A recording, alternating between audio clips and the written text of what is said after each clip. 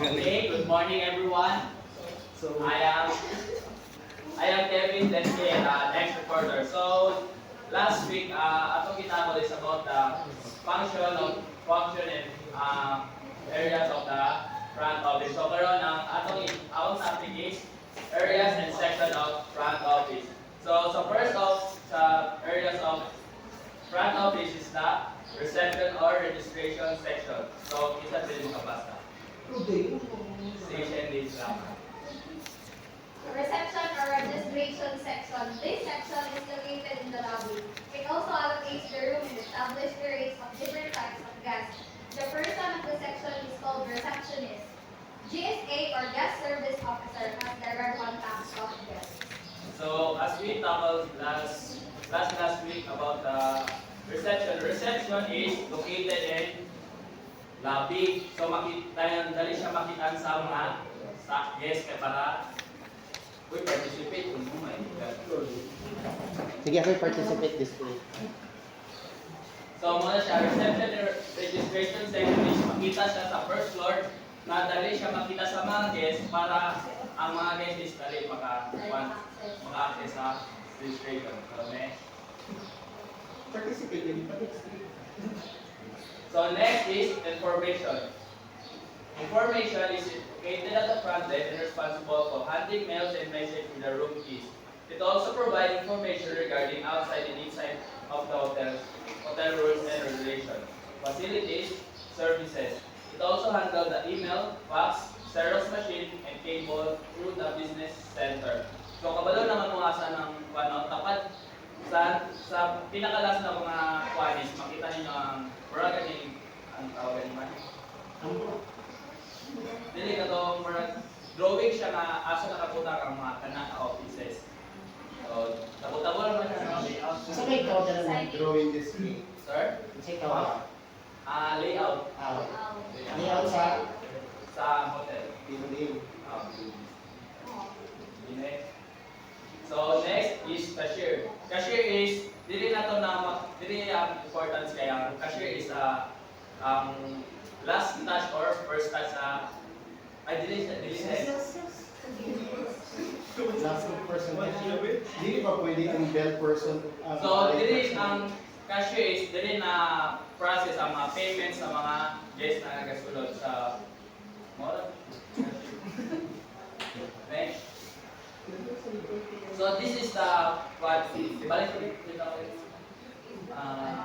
cashier or function of the cashier.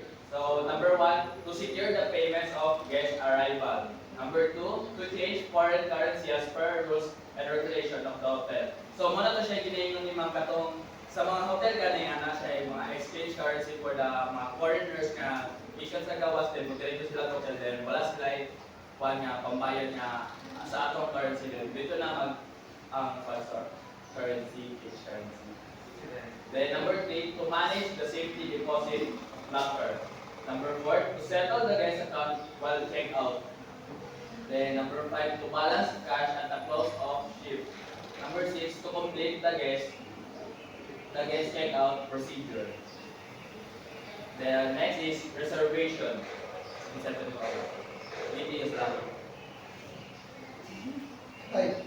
Reservation. After reservation means booking in advance. Typically, back, reserve the room as per the requester. Iluwag ko yung ikaw sa mga The main function are the follows. So, kabalo naman ta na sa reservation ay ilang types.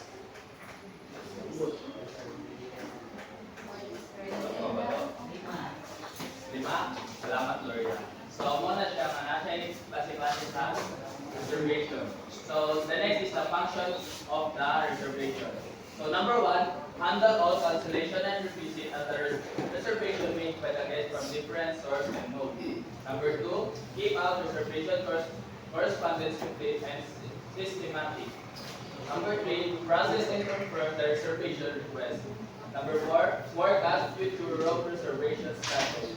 Number 5, update the room availability chart. So the function of the reservation is ganing pag may magpa-reserve is kanang kinala makabalog forecast nila kung available nga room para pag once sa guest is makabalo sila din. Mga rates sa room is kabalo sila. Then next.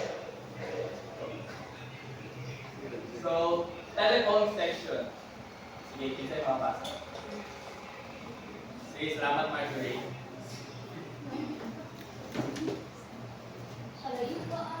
Telephone section. This section is handled by telephone operators and is located at the back of the office. Its main function is to handle incoming and outgoing calls. It is also responsible for managing wake-up calls are requested by the guests and the preparation of telephone bills made by guests and staff.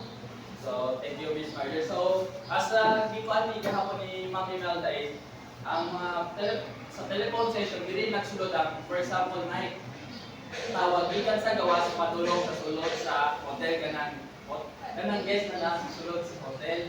So, sa siya mo at mo diretso sa room sa hotel ay sa room sa guest, wagi siya sa telephone session din. Ang telephone session ang mo tawag sa room of the guest para i-confirm mo if iya ba pala ng call. And next. Bisa ka mag-explain, kasi sa explain. So next is lobby. So sige, go bilis kayo. It is an area which is located at the entrance of the hotel building with a seating arrangement for guests to first meeting way. It is synonymous with the word foyer, which means a wide passage or large hall just inside the entrance of a passage building. The dimension, design of this area rely upon the size and design of the building. So, di ba, mingon ta nga ang registration area or the reception area is nasa first floor. So, ang lobby is also located sa first floor. So, unsay kalayan sa lobby o sa reception? Anyone? So, alam mo. So, ang reception is where you process the pag mag-check-in ka sa hotel or check-out. But the lobby is mura siya gani receiving area ng hotel para dito ka mawaitan. Sa lobby is nakabutang ang mga taas ka na yung sofa or table na pwede ka makawait o lounge para magulat ka sa, for example is nai-guest ka na naka-check-in. Naka-guest na naka-check-in then mo-visit ka, dito na ka mo-wait sa lobby kaya para dili mo ka magkuhan. So, mo ta next. This way, ang lobby after before check-in, mo para kasing sa lobby ka guys because you need to check your rooms pa. If ever na mawala, for check-out, you need to stay just the guest to stay in the lobby. If ever ma-check sa room attendant na ay nawala dito, so nang-ata siya. You are not allowed to let the guest go kung Dili pa na ako manawag. wala ka lang mag-check ang room. Okay? Thank you.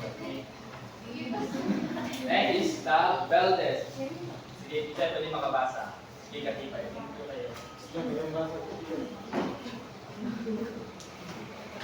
Wellness. It is located at either side of the lobby entrance, headed by the bill captain and followed by bellboys. This desk is responsible for handling the guest luggage during arrival and departure. The bell desk section also handles the paying, deliver guest mail, and messages to the concerned guest group.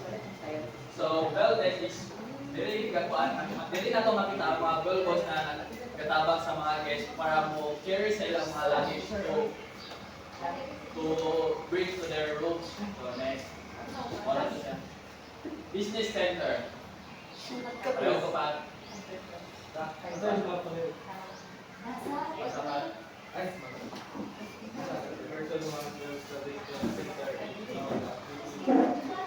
Business center, attendance and main function of the business is to provide communications, messages, and services like STD, ISD, email, internet, etc. So, ang business center is mura siya like sa telephone. And the difference is, ang ginawa sa business center is mga mails, emails, mga fax, photo siya. mura na siya kalayan sa telephone center. Yeah, very good. Sige, push. I-elaborate on this skill. So next is Very good si Mukhang Balik na, Pastor. balik na, balik na. One side example lang. business center, for example kanang ang guest na i-check in is na siya email nga padulong din. Usa siya syempre dili naman siya maingon nga padiretso na siya padulong sa room sa guest. So dapat mawagi siya sa business center. Unsa man? Asa man na-rotate ng business center? Sa Sige yan sa linya. makita na ninyo sa pinaka-last part sa layout na. So next, travel desk. Travel desk, this section is a front office responsible for arranging the package, tickets, and etc. For the guests as per their request. So, sa hotel is, na may mga ubang hotel nga nagkuhan sila o mura ganit package tour kanang for example sa mga katunatuan na mo sa Sipalay na sila yung mga activities, for example, island hopping, sila na mo magkuhan na mag-book para makapagkanto ka sa mga island na sila na mag-book sa mga boat, dili na kinala na ikaw pa mo mangita o pagi para makabook ka na. So sila na mismo ang kuhan book. Next. So muna na siya layout. So dili na siya makitaan. So as makita niyo, kita na ninyo. Oh, correct. Very good. Sa inyo wala yung business center. Muna siya, telephone and telex and fax and printer. Ang fax and printer mo, diyan na po siya ang business center. Do you think sa karon nga mga modernization na ako na sila na Ang ito, sir? kaya layout sa modernization karon, di ba? Mostly sa atong mga hotels na ang ilang mga layout dili naman dominada kay O, dili na, sir. Pero ako na siyang example.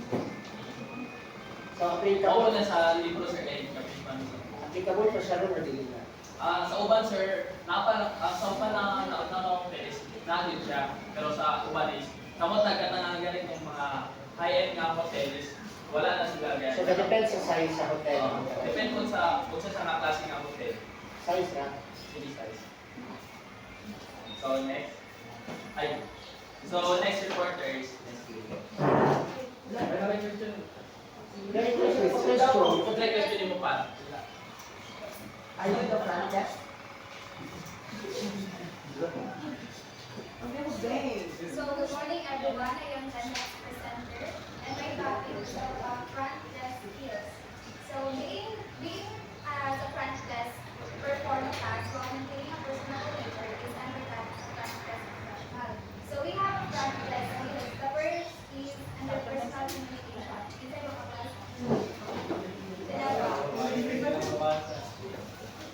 Under personal communication is the process of exchange of information, ideas, and feelings between two or more people through verbal or non-verbal methods. So, as a personal communication, as a front desk professional interacts with a variety of people each day. It is an communication. It is an exchange ideas, information, and knowledge between two or more people through verbal and non-verbal communication. So when we say verbal, muna ang face-to-face interaction. And then the non-verbal communication is using body language, gestures, or even the tone of voice.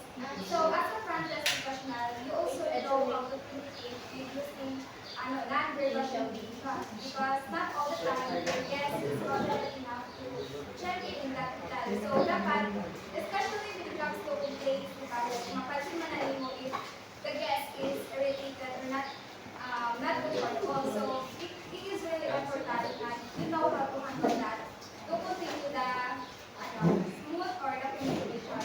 So the next is written communication. Lovely. Written communication. Written communication is defined as any type of relational relationship.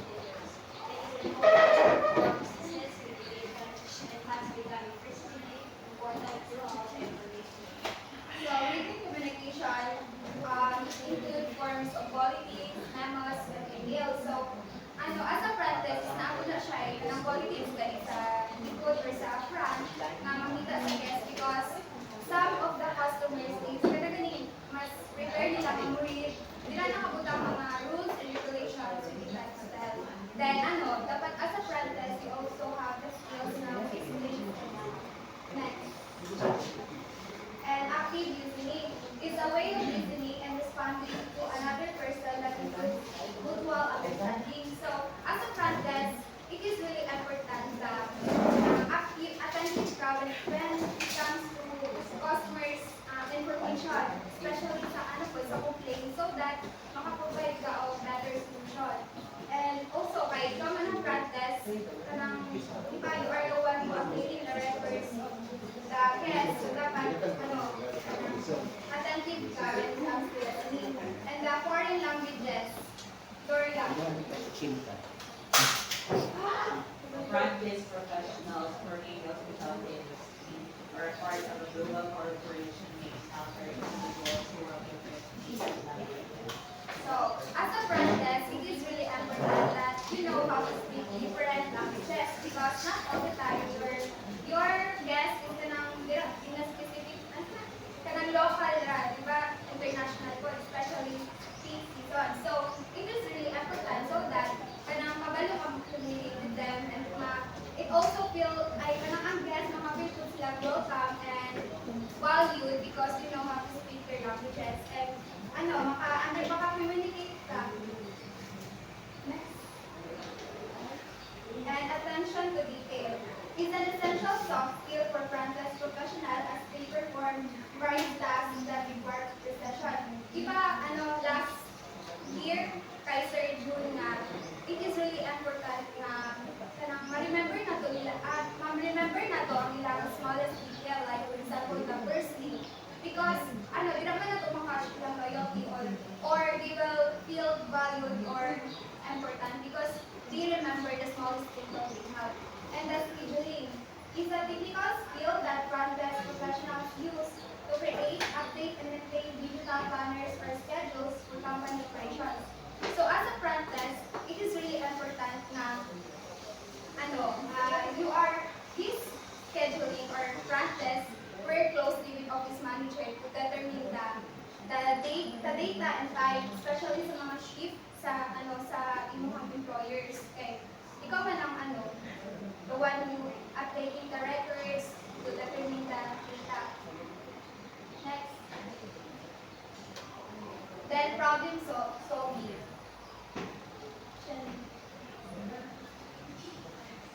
Problem solving. As a front desk professional, you must have the ability to identify problems and use problem-solving skills to provide solutions. So, as a front desk professional, you also know how to solve a problem, especially when it comes to complaints, so that maka-provide dayon ka og backup or better solutions or strategies. Para ma-continue ang normal business operations, dapat, you know how to communicate or to understand the guest complaints or then computer literacy. With the increased use of computer systems to complete work tasks, front desk professionals need to know how to use them to achieve their job duties. As a front desk, dapat you know how to use computer systems or software programs to determine the data and updating the records. Because also the advancement of technology, dapat your knowledge is the advanced when it comes to computer systems or software programs. Then the last one is the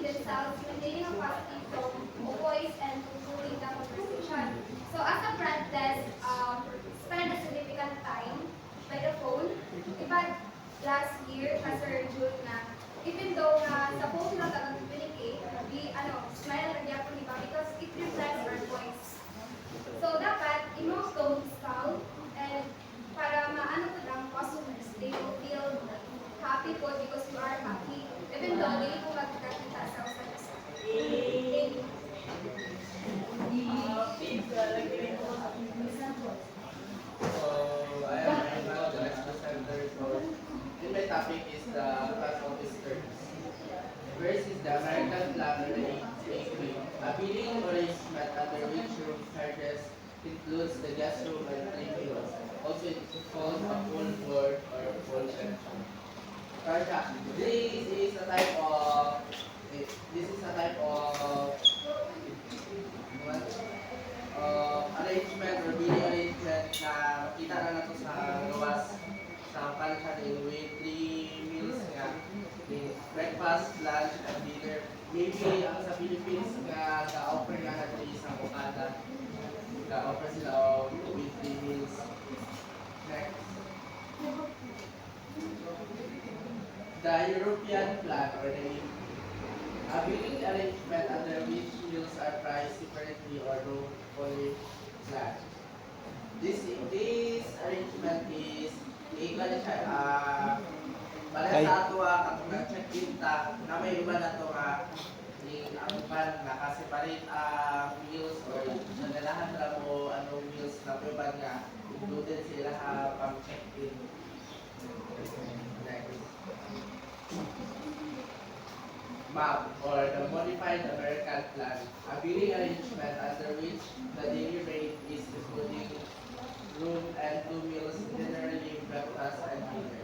So this is a same na rin siya sa American Plan, pero wala na siya breakfast. Nice.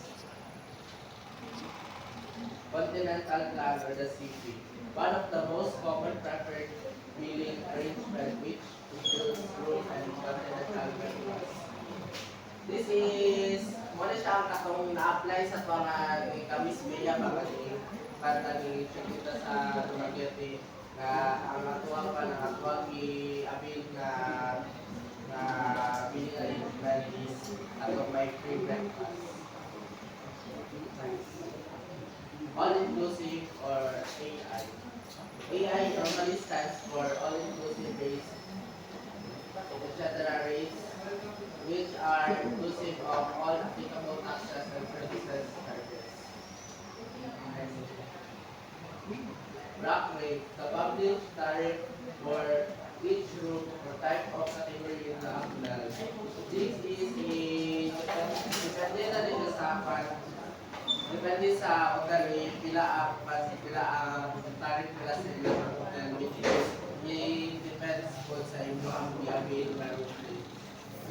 Logbook, located at the section containing instruction, information, happenings, handover of the day. So logbook is also known nga lata mura siyang bukan mura siyang galit from ka pala just na logbook dito yung name, number, and if mo check in. Next. Registration card.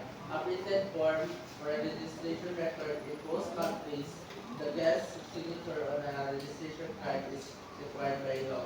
So, as the experience sa mga tuloy sa CCO is nahihiyatan na printed form which is dito nakastudent tanan na para sa inclusive na mga rate nga i-avail and tanan yung policies na siya para siya sinalong mga papirmahan which is required siya sa law kay if ever niya na ay mawala or na-damages ang mga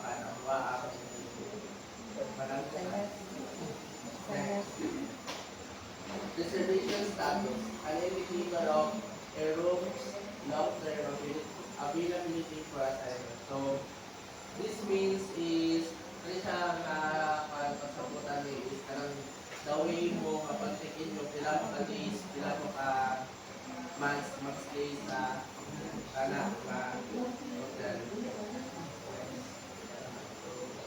Room rate. The price of hotel charges for overnight accommodation. So it depends, it depends sa inyo ang ganahan nga pag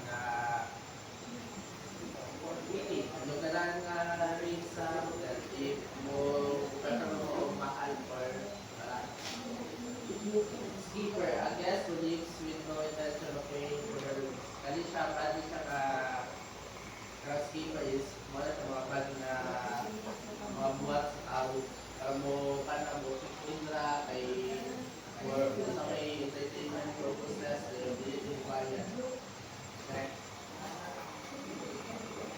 study baggage. A guest who checks in the hotel with very light personal baggage, no luggage. So study baggage is katulad sa mga gagmay na mga walk-in. A guest who arrives at the hotel without reservation. As we all know, walk-in is na ano lang natin na ako lagi na experience talaga ang walk-in eh. Adto ka reservation, mahal ko na ang reservation. Walking. Turning away a guest who was a reservation because of a lack of room availability. So, kaya siya, it depends on the establishment, ay reservation. Naka-reservation is dito sa mga check-in sa hotel. Wala ka reservation niya. Ang available room is, wala yung available room. So, matawag ng walking. Blowouts. Ang walk-in, nagkakuha na siya basta walk-in, iyang guest. O, pala yung Pero na naka-reservation, hindi na walk-in. Naka-reserve mo ka. Walk-in is for walk-in guests. Yes, wala na wala kayo available. Eh, ang walk-in ng God, wala na siya. Patangka lang maka-check-in to or dili. Ma-full na ang kuan, hotel, murang i-deny nila ang kuan. Hindi sila dawato. So, walk-in. Next is guests expected to check out on a given day, but not yet done so. So, throughout is kanang mag-check out na siya. Okay, bisag wala ka silang okay, needed na. Sa mga ay ang hotel is, ang check out din sa hotel is 12, so kung ikaw malakaw ka sa hotel, dito okay, kung malakaw ka, may additional charges naman. Credit limit or house limit. A limit assigned by the hotel to guests or company account. So, credit limit is harapan ko sa like kumuha kong bills, mamabayaran yung pila ang kumuha labi, pila yung mga nag-aabot sa hotel. Upselling, a sales technique whereby a guest is offered a more expensive room than what he or she reserved or originally requested, and then persuaded to rent the room based on the room's features, benefits, and his or her needs. So, natako na ni last meeting na ito nga, ang usa ka mindset sa hotel or sa mga receptionist is dili sila makatagong katong mga room rates na barato dito sa ila i-upselling at katong mga mahal para sa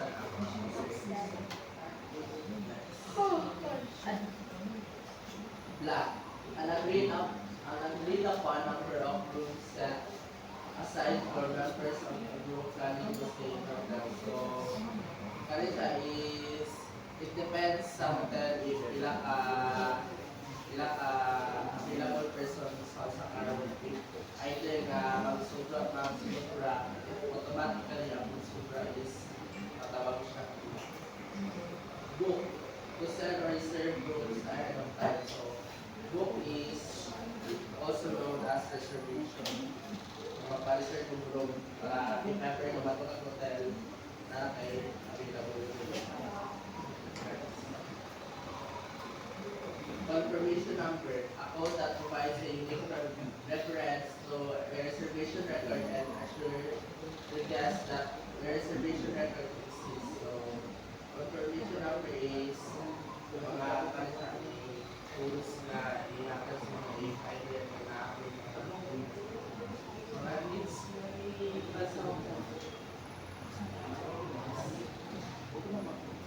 confirm booking.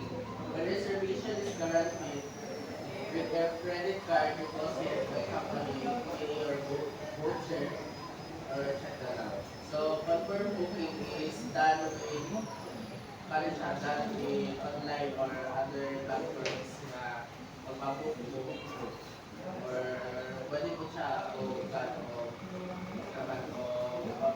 on the spot or walk-in. Okay, magpapabook mo, makonfirm ang booking in which naka-sign mo sa ilahang ato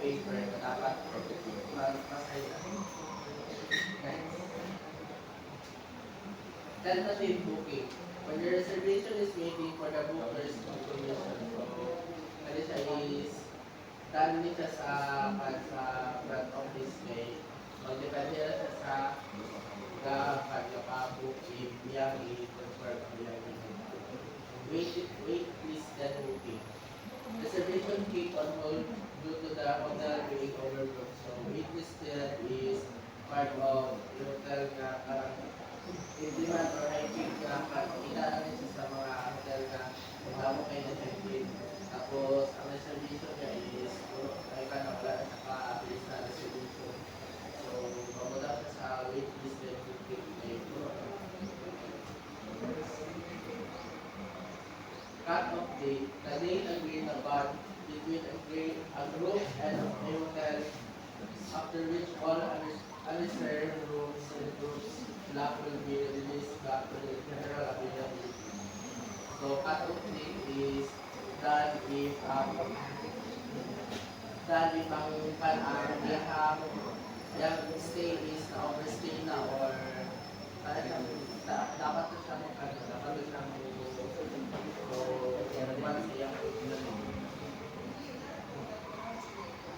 cancellation date indicates the day when the reservation was normally cancelled. So,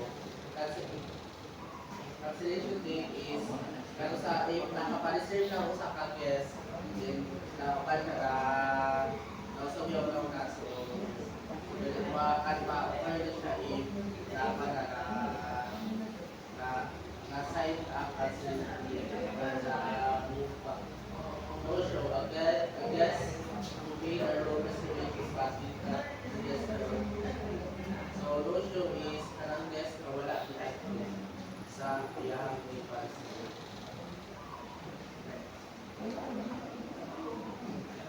Long stay. A guest stays more than a certain number of days or more than 7 days. Kaya siya matawag niya siya ang guest of long stay if siya is overstay na 7 days o tato. Mga taong big plans or pinaka overbooking, accepting more reservation than there are available rooms. So, offer siya if fixes booking. Accept sila yung reservation isang may available room. Pero kaya siya, offer siya kung kayo ka pa-reserve. Hindi, within that day, ang iyang stay. Wash down. Blocking your rooms like the number requested there based on previous registration. Guest cycle. An edition of the flow of business through a hotel that identifies the physical contacts and financial exchange between the guest and the hotel. So guest cycle is where makita na ito ang usay flow sa hotel o sa business hotel. Guest volume, a form of paper or electronic used to chart transaction on an account aside from personal finance. So guest volume is kita na ito kaya sa information sa guest, details sa guest. Late charge, a transaction requiring posting to a guest account that does not link the upfront office for posting before the guest has checked out or done. Next. Slow pose. Special functionality on property management system or BMS to activate a low pose for reservation. This will stop any extra charges from other outlets or connected system from being charged to guest. Global distribution system or GDS. A global distribution channel for reservations that provides worldwide distribution of hotel reservation information and allows the scaling of hotel reservation around the world. Usually accomplished by connecting the hotel reservation system with an airline reservation or this is where global distribution system operate para mga international na pagbuo.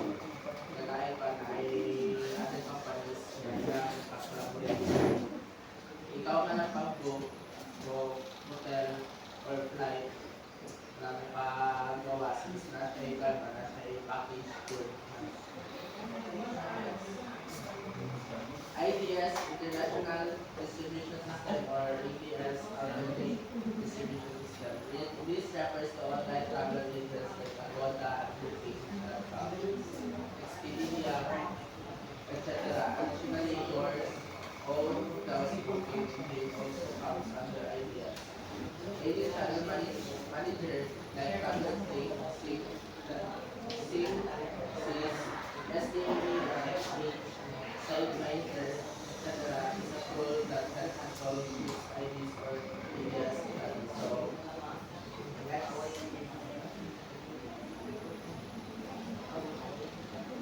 So, PMS, Property Management System. POS, Point of Sale System, used in restaurants or outlets. PA is Travel Agent who receives information for the bookings. OTA or the OTA is online travel agent. IDS is Internet Distribution System. VoIP, reversal of charges which was posted on the same day. Allowance, reversal of charges which was posted before the current system existed. ACC, accommodation charges or revenues related to the room. F&B, food and beverage charges or revenues generated from food and beverage outside. IS or MIS is miscellaneous charges. ARR is daily traffic rate. ADR is average daily rate.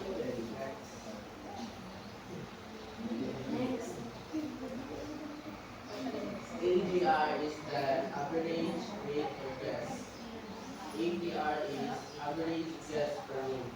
DBR is daily business report or DRR daily revenue report. OCC is occupancy percentage or occupancy ratio calculation. RevPAR or the revenue per available room. Rent for the total revenue per occupied room. AF or RAF, room achievement factors. RRS is the room rate spread. RevPAR or the hotel revenue per available room. RevPAR is total revenue per available room. So this ends our topic. Thank